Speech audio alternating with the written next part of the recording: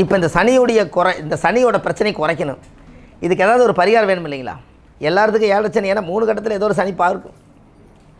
இந்த ஏழரை சனியோட தாக்கம் குறையணுன்னா என்னால் திருநள்ளாறு கோயில் போய் கும்பகோணம் போய் நான் இருந்து ரூம் போட்டு தங்கி குளித்து என்னால் முடியாதுங்க ஐயா.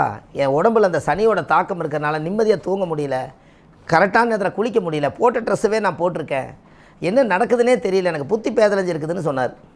அது காசும் இல்லைங்கிறார். நான் கொடுத்தாலும் இவர் போகிற மாதிரி இல்லை, இருந்தாலும் பரவாயில்ல, இவர் போயிட்டு வந்தார்னா அந்த பாயிண்ட்லையாவது திருநள்ளாறு நம்ப வழினா கூட ஒரு 1000 ரூபா பஸ்ஸு காசு கொடுத்துட்டு கோயில் கும்பிட்டு வாங்கினாலும் கொடுத்தவருக்கு ஒரு பலன் கிடைக்கினாலும் அவர் போக மாட்டேங்கிறார். சரி, இப்போ இதுக்கு நான் என்ன சொன்னேன்னா, சனியோட வாகனம் யாருங்கம்மா? காக்கா எங்கெல்லாம் கூடு கட்டி இருக்குதோ அந்த மரத்தடியில் கொண்டு போய் நீ ஒரு 7 விளக்கு வச்சு இந்த மரத்தை நீ சுற்றி கும்பிடு, உன் மனசு மாறும்னு சொன்னேன். இப்போ ஒரு ஆளுக்கு சுற்றிட்டு இருக்கிறார். எப்படின்னு பாருங்க. சனி பகவான் எங்கே குடியிருக்கிறாருங்க? அவர் வீடு கட்டி ப்ளஸ் கூடு கட்டி அந்த கூட்டில் மேலே வாழ்கிறாரு. அந்த மரம் தான் சாட்சியாக நிற்கிது. இவர் தான் சனி பகவான். நீ போய் ஒரு 7 தடவை வலமுறை சுற்றி வந்து ஒரு 7 மண் விளக்கு வச்சு நீ சாமி கும்பிட்டு ஒரு நேரம் தலகாணி வைக்காமல் அந்த மரத்தடியிலேயே உன்னை அறிஞ்சாமல் நீ தூங்கு.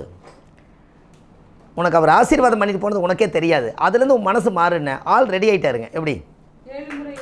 ஆமாங்க, 7. ஏன்னா அந்த 7:30 நீங்கள் சொன்னீங்கல்ல, இந்த 7:30 ஏன் சொன்னீங்கன்னா, சனி பகவான் திருநள்ளாறு கோயிலில் 7:20க்கு தான் அந்த சனியோட பிடிச்ச இடம். அந்த 7:20க்கு தான் அந்த சேட்டலைட்டே விட்டு பார்த்துருக்காங்க, அது செயல்படலை. அந்த 7:20க்கு சனி வந்து தெப்ப குளத்தில் உட்காந்துது. அதனால 7:20 இது எப்படி சொல்கிறதுன்னு சொல்லி போட்டு என்ன பண்ணிட்டாங்க, அந்த 7:20லேருந்து அந்த 10 நிமிஷம் முன்னப்பின இருந்ததுனால அந்த 7:20 7:20 சொல்லாமல் இது 7:30ன்னு வச்சுட்டாங்க. காலப்போக்கில் ஒரு சண்டை நடந்தவங்க அங்கே ஒரு 7:30 நடக்குதுங்கிறாங்க.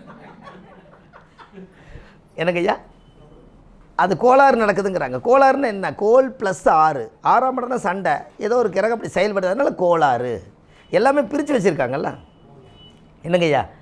அப்போ அந்த சனி பகவானுக்கு நான் சொன்னேன், ஐயா நான் இன்னும் சந்தனம் குங்குமம் எடுத்துகிட்டு போய் நீ அந்த மரத்துக்கு பொட்டு சந்தனம் வச்சு அதுக்கே விளக்கேற்றி காக்கா கூடு கட்டிக்கிற இடத்துல நீ வச்சு கும்பிடு, உனக்கு நல்லது நடக்கும் பாருன்னு. சிம்பிளாக பரிகாரம். அவர் மனசு மாறிச்சு. ஆனால் அங்கே போயிட்டு வந்தவங்க டயர்டாக இருப்பார், இவர் டயர்டாகலை. இன்னொரு விஷயம் தெரியுங்களா உங்களுக்கு?